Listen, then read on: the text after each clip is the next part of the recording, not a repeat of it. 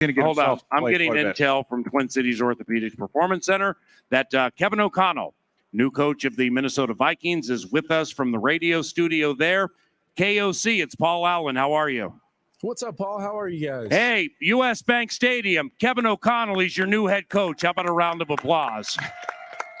KOC, Kevin O'Connell.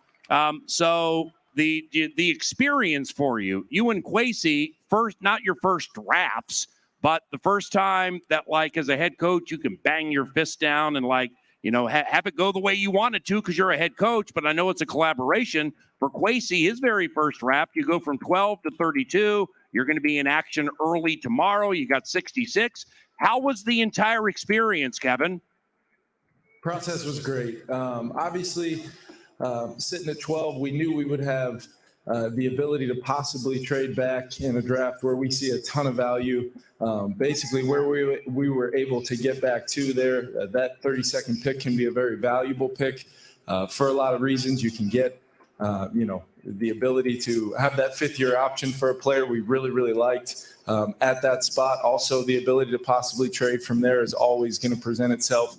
But look, we just got a really, really good player, a guy we all felt really strongly about joining our team. He fits our style, how we want to play defense. He comes from a place where he was incredibly well coached, played on the best defense in college football with a ton of success, smart, tough, physical players. Adding those guys to our defense is what we're hunting. Kevin, Ben Lieber, former linebacker Ben Lieber. Ben? What's up, Kev? Good to talk to you again. Congratulations. Good to talk to you. Yeah. I know that we talked about before the draft, like, who are possible trade down opportunities. And a lot of us were like, I don't think that we want to trade within the division. Why would we do any favors to anybody, even in the conference? Because the Saints were also rumored. Was there any hesitation when you guys were talking to the Detroit Lions about the trade that, hey, we're doing a deal with a team that we're going to see twice a year? Yeah, you always take into account, especially in the division, what they may be coming up to go get. But at that time, the value of being able to add the picks we did. We'll pick, obviously second tomorrow with that 34th pick and have the opportunity to get another great player there, or maybe more value may present itself. But I think it's just giving us the options in where we consider the true depth of this draft, where we now feel like we've got a good amount of inventory to go make our team better. The volume of picks that we've kind of accumulated already, we feel good about. But like I said, we've got a board full of great players to go get. It was important to get Lewis where we did. And I think Kwesi did a great job with the first round. Kevin, this is Paul Charchian. Paul? Kevin, let's talk about your selection, Lewis Cine. He's got some special traits, a literal track star playing safety, which you don't see very often. What were the traits in Lewis Cine that made you feel like this is a special player for you and worthy of pick 32? Yeah, the first thing that jumps out at you, Paul, is obviously his speed. Yeah, his ability to run in the deep half of the field is really second to none in this draft at the safety position. I think his physicality. I mean, anybody that watched Georgia play defense this year, they're seeing number 16 show up in the alley. As physical as it gets within the rules, coming downhill, making plays. I think he's getting better in man coverage. I think he's versatile enough to play, like I said, in the deep half of the field and really go track the football. He's getting better and better, and obviously, I think he'll fit great in our scheme. We've got Harry obviously on the other side. Yeah. We feel good about Cam already, and now we just add another person in that room. But the versatility of how you can play defense in this league, 3 safety packages, different types of things that you can throw at people to kind of challenge them of how they're going to identify who you have on the field. This player in Lewis gives us a chance to do a lot of really, really good things defensively, schematically, but also tough, physical, explosive athletes. Adding those guys on your defense with the type of schedule we're going to play, we feel really good about adding Lewis to our back end. Kevin, former Vikings linebacker Pete Persich. Kevin, how are you? I'm doing well, Pete. How are you? I'm good, thank you. I think my question for you is you've been, this is your first year or first time as a head coach. You actually had the opportunity to voice an opinion on defensive players, right? How long have you been waiting for that opportunity? And let me ask you this. One of the things that I love most about Harrison Smith is his versatility, meaning he can walk up to the line. You have to respect it because he can blitz and he can run defend, and he can cover as well. Is that versatility now something that a trait that's going to be shared by both safeties, and how much of a problem will that give opposing offenses, opposing quarterbacks, when they really can't quite get a tip of the, you can't really quite predict what's happening just because one guy's down in the paint. There's certain guys are up there, and they have no business being up there. They're just, it's all a facade.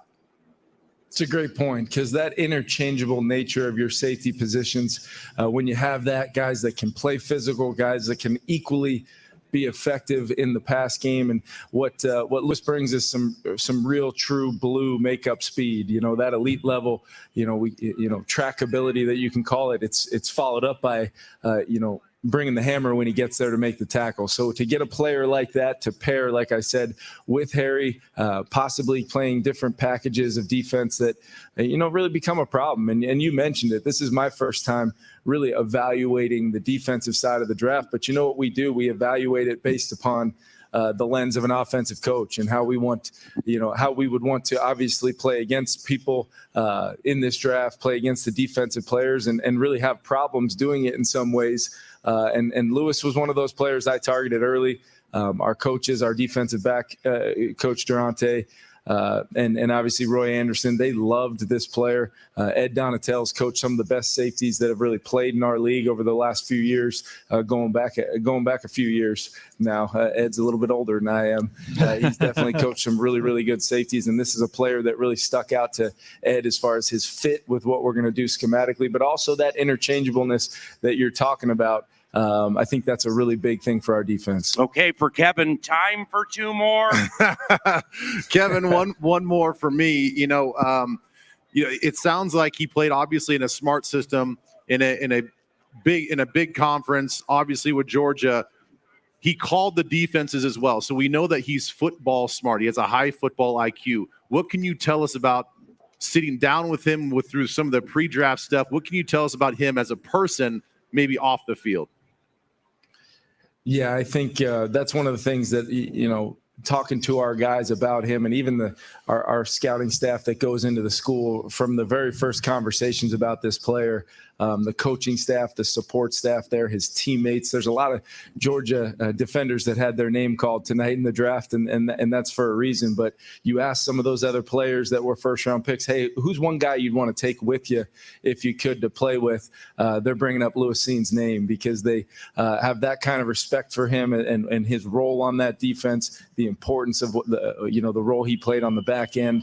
Like you said, against the best competition in college football on their way to a national championship. That championship pedigree and playing in those big games, that's only going to help him make an impact very early on in the NFL. And like I said, it's our job to find a home in our scheme for him, whether it is as that interchangeable piece with Harry, remains to be seen ultimately, but we think he has a huge ceiling to get better and better with those physical traits, the toughness, and then obviously we think we have a very smart player that can really embrace a pretty dynamic scheme that we feel like we're going to be running. All right, the GM is in the on-deck circle. A quickie for Kevin O'Connell, Pete Bursich to close. Well, I congratulations, I guess, on your first draft. And tomorrow you guys have to get up early and be ready. You're picking number 2. You excited about that and what that could bring? I am. There's still a lot of really good players on the board.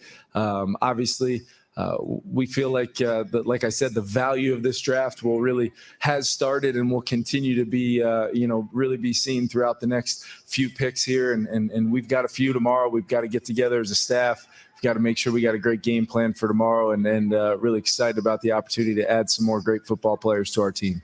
Hey, Kevin, congratulations on being head coach and executing your first draft. I think that's really, really cool. First of many to come. Talk to you tomorrow at the facility on my 9 to noon radio show. Can we get a round of applause for Kevin O'Connell, new head coach for the Minnesota Vikings, Super Bowl winner? Thanks a lot, Kevin. Have a good evening. Thanks, Kev.